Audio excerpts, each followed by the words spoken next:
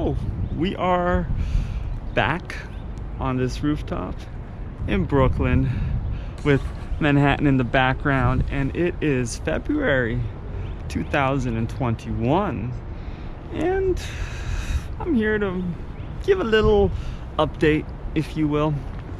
I have a beard now. It's probably the biggest beard I've ever had so far.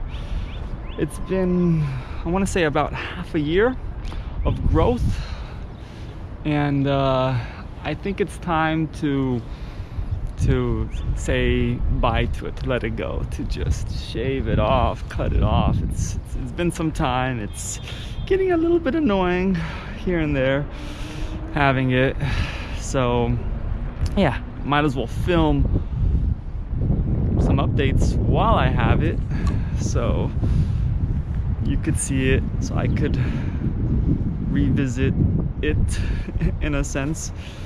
And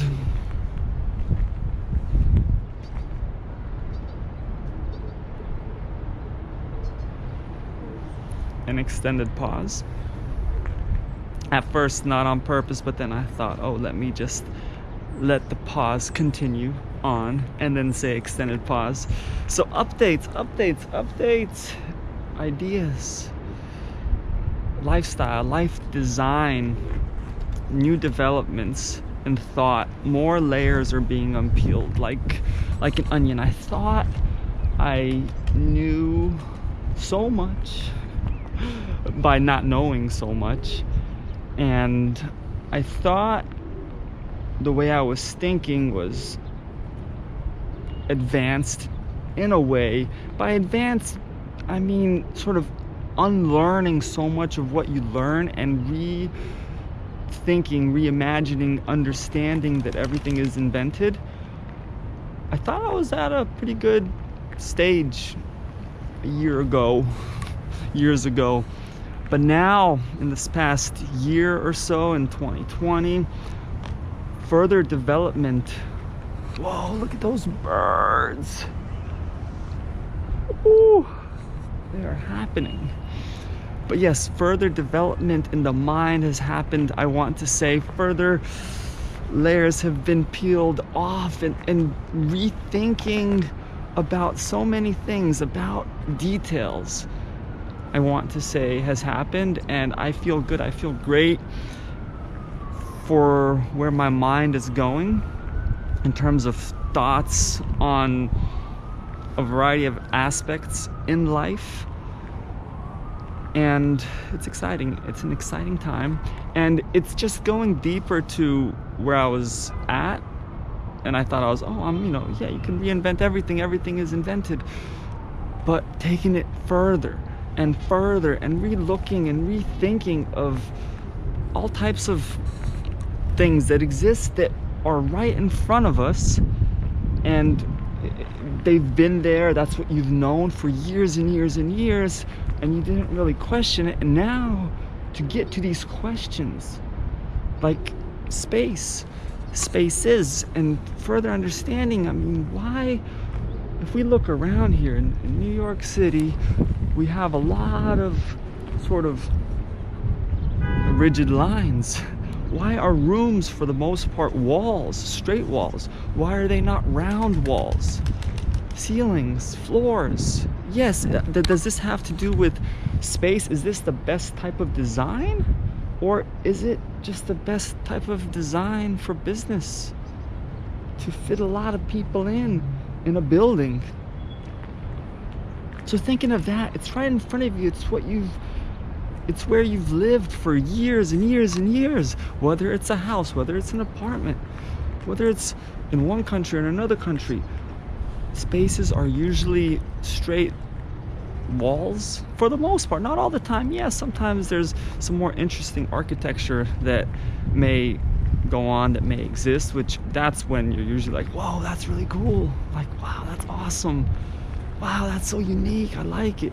But other times it's just sort of so common. And now, is it the proper design that we should have today and the design of the future?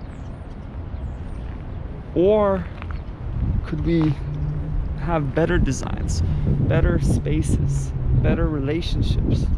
Something to think about.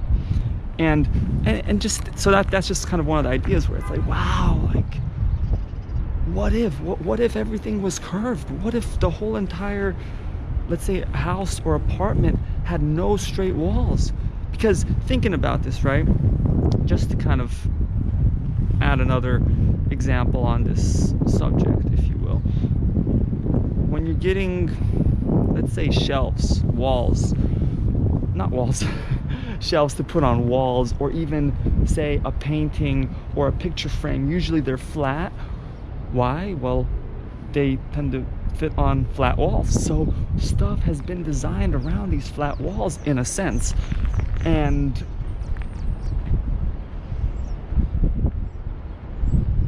also packaging, it's much easier to package these items in boxes on top of each other and fit them like Tetris, fit them in a truck, get them delivered, fit them on a plane, as opposed to these more unique shapes that may be more delicate.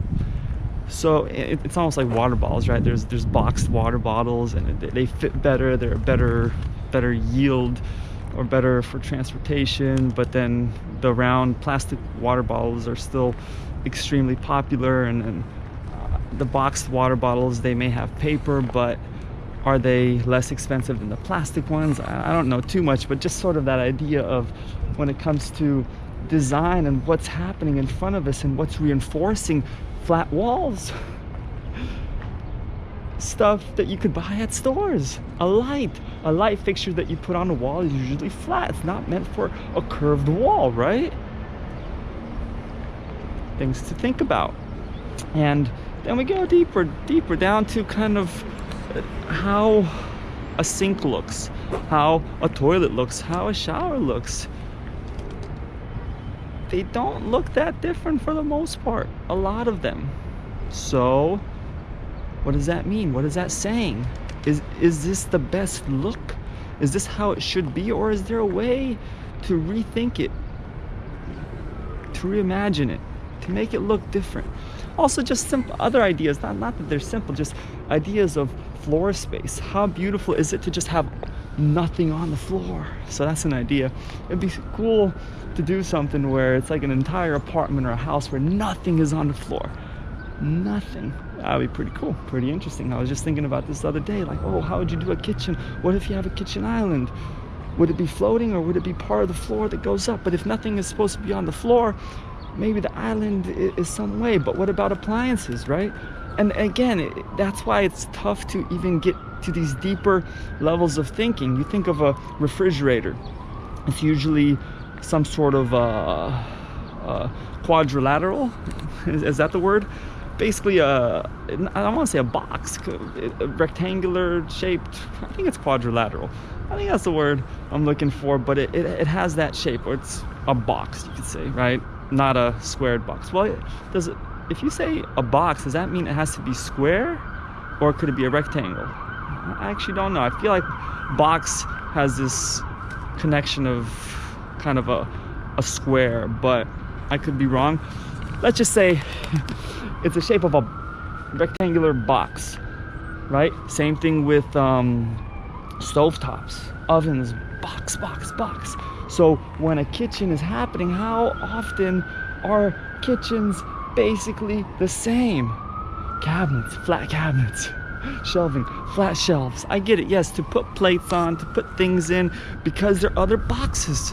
You're gonna get your plastic wrap, you're gonna get your aluminum foil, maybe your parchment paper, also forms of boxes so they could fit nicely and clean. And yes, maybe that is the way, that's the smart designs. Maybe that has to do with efficiency and delivery and packaging and lower the costs. I don't know, it could have to do with a lot of those things, but that's why it could be difficult to even think of a place that has nothing on the floor, including a refrigerator, including an appliance. Now, do you redesign the appliances? Does a refrigerator have to be a box? Is that the best design?